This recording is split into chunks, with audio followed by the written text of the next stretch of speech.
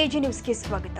ಬಿಟ್ಟಿ ಭಾಗಿಗಳ ನಿರ್ವಹಣೆಗಾಗಿ ಕಾಂಗ್ರೆಸ್ ಸರ್ಕಾರ ಅಮಾಯಕರ ಮೇಲೆ ಏರಿಕೆ ಭಾಗ್ಯ ಎನ್ನುವ ಗದ ಪ್ರಹಾರ ಮಾಡ್ತಾ ಇರೋದು ಎಷ್ಟರ ಮಟ್ಟಿಗೆ ಸರಿ? ಇವರುಗಳು ರಾಜ್ಯದ ಮೇಲೆ ಮಾಡ್ತಾ ಇರುವ ಈ ಸಾಲದ ಹೊರೆಯನ್ನ ತೀರಿಸುವವರು ನಾವೇ. ಇಂತಹ ಸರ್ಕಾರ ನಮಗೆ ಬೇಕಾ ಎಂದು ಬಿಜೆಪಿ ರಾಜ್ಯ ಪ್ರಧಾನ ಕಾರ್ಯದರ್ಶಿ ಪಿ ರಾಜು ಸರ್ಕಾರದ ವಿರುದ್ಧ ವಾಗ್ದಾಳಿ ಮಾಡಿದ್ದಾರೆ. ರಾಯಭಾಗ ತಾಲೂಕಿನ ಆಲಕನೂರ ಗ್ರಾಮದ ಅವರ ಗೃಹ ಕಚೇರಿಯಲ್ಲಿ ಜರುಗಿದ ಬಿಜೆಪಿ ಕಾರ್ಯಕರ್ತರ ಸಂಘಟನಾ ಪರ್ವ ಕಾರ್ಯಕ್ರಮದಲ್ಲಿ ಭಾಗಿಯಾಗಿ ಮಾತನಾಡಿದರು. ಕುಡಚಿ ಮಂಡಲದ ಅಧ್ಯಕ್ಷರ ಆಯ್ಕೆ ಪ್ರಕ್ರಿಯೆ ನಡೆಯಿತು. ಜಿಲ್ಲಾ ಚುನಾವಣಾ ಅಧಿಕಾರಿಗಳಾಗಿ ಅಭಯ್ ಮಾನ್ವೀರವರು ಭಾಗವಹಿಸಿ ಅಧ್ಯಕ್ಷರ ನಾಮಪತ್ರ ಸ್ವೀಕಾರ ಮಾಡಿದರು. ನಂತರ ನೂತನ ಮಂಡಲ ಅಧ್ಯಕ್ಷರಾಗಿ ಅವಿರೋಧವಾಗಿ ಆಯ್ಕೆಯಾದ ಶ್ರೀಧರ ಮೂಡಲಗಿ ಅವರನ್ನ ನೂತನ ಅಧ್ಯಕ್ಷರನ್ನಾಗಿ ಘೋಷಣೆ ಮಾಡಿದರು. ಈಗ ರಾಜ್ಯಕ್ಕೆ ಈ ಪದ ನಾನು ಇಂಟ್ರೊಡ್ಯೂಸ್ ಮಾಡ್ತಾ ಇದ್ದೇನೆ.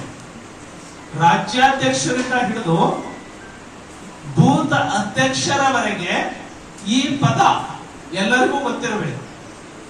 ಏನು ಅಂದ್ರೆ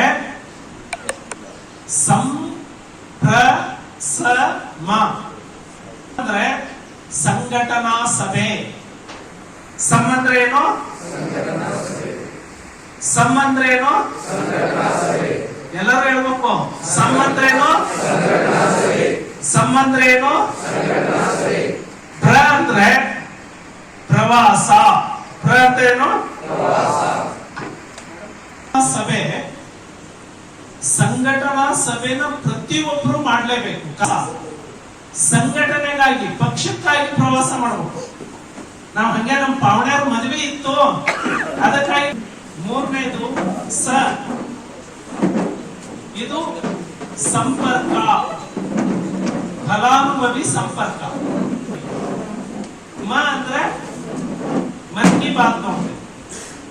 ಪ್ರತಿಯೊಬ್ಬ ಕಾರ್ಯಕರ್ತನು ತಿಂಗಳಿಗೆ ಒಂದ್ಸಾರಿ ಮನ್ ಕಿ ಬಾತ್ ನೋಡ್ಲೇಬೇಕು.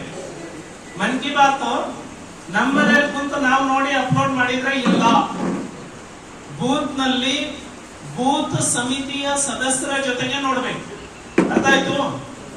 ಈ ಸಂದರ್ಭದಲ್ಲಿ ಬಿಜೆಪಿ ಕರ್ನಾಟಕ ರಾಜ್ಯ ಪ್ರಧಾನ ಕಾರ್ಯದರ್ಶಿಗಳು ಆದ ಪಿ ರಾಜು, ಚಿಕ್ಕೋಡಿ ಜಿಲ್ಲಾಧ್ಯಕ್ಷರು ಆದ ಸತೀಶ್ ಅಪ್ಪಾಜಿಗೋಳ ಹಾಗೂ ಸಂಘಟನಾ ಪರ್ವದ ಸಹ ಸಂಚಾಲಕರು ಆದ ಸಂಜು ಪಾಟೀಲ್ ಅವರು ಹಾಗೂ ಪಕ್ಷದ ಪದಾಧಿಕಾರಿಗಳು, ಕಾರ್ಯಕರ್ತರು ಉಪಸ್ಥಿತರಿದ್ದರು.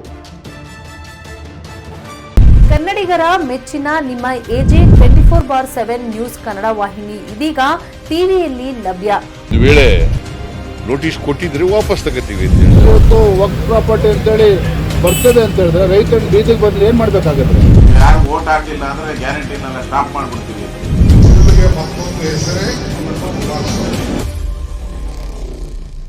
ಕರ್ನಾಟಕ ಮತ್ತು ದೇಶ ವಿದೇಶ 360 ಡಿಗ್ರಿ ಸುದ್ದಿ ಹಾಗೂ ಉತ್ತರ ಕರ್ನಾಟಕ, ಬೆಳಗಾವಿ, ಬಾಗಲಕೋಟೆ, ಧಾರವಾಡ, ಹಾವೇರಿ, ಗದಗ, ಬಿಜಾಪುರ ಜಿಲ್ಲೆಯ ಕ್ಷಣ ಕ್ಷಣದ ವಿವರವನ್ನ ಪಡೆಯುವುದಕ್ಕೆ ಎಜೆ 24/7 ನ್ಯೂಸ್ ಕನ್ನಡ ವಾಹಿನಿಯನ್ನ ಲೈಕ್ ಮಾಡಿ, ವಿಡಿಯೋಗಳನ್ನ ಶೇರ್ ಮಾಡಿ, ಕಮೆಂಟ್ ಮಾಡುವ ಮೂಲಕ ನಮ್ಮ ವಾಹಿನಿಗೆ ಸಹಕಾರ ನೀಡಿ ಮತ್ತು ಚಾನೆಲ್ ಅನ್ನ ಸಬ್ಸ್ಕ್ರೈಬ್ ಮಾಡಿ.